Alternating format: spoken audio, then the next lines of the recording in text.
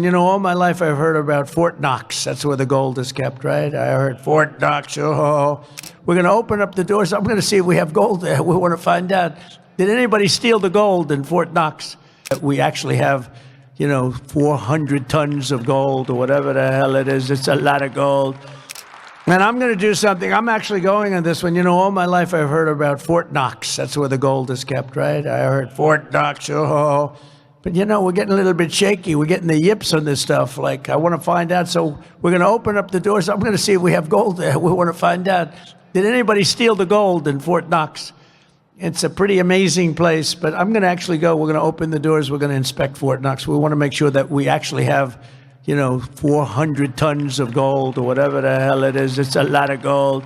I don't want to open it and the cupboards are bare.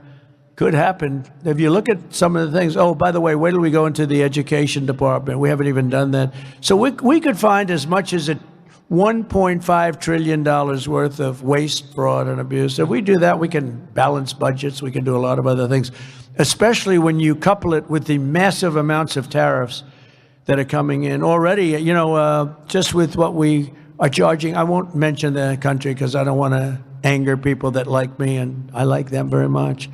But we're finding at least $60 billion a year in one country alone, and I haven't even started. It's just a very small portion that I've attached to them. So I got a call from Congress. They said, a lot of money is coming in from these tariffs, and they're starting to change their whole thing. So if you can add the tariffs, and this is numbers that I don't want to say it because then they'll say he didn't produce, but you could wipe out your income tax. You could maybe not even have an income tax system when this thing works out. Because in the old days, that's what happened.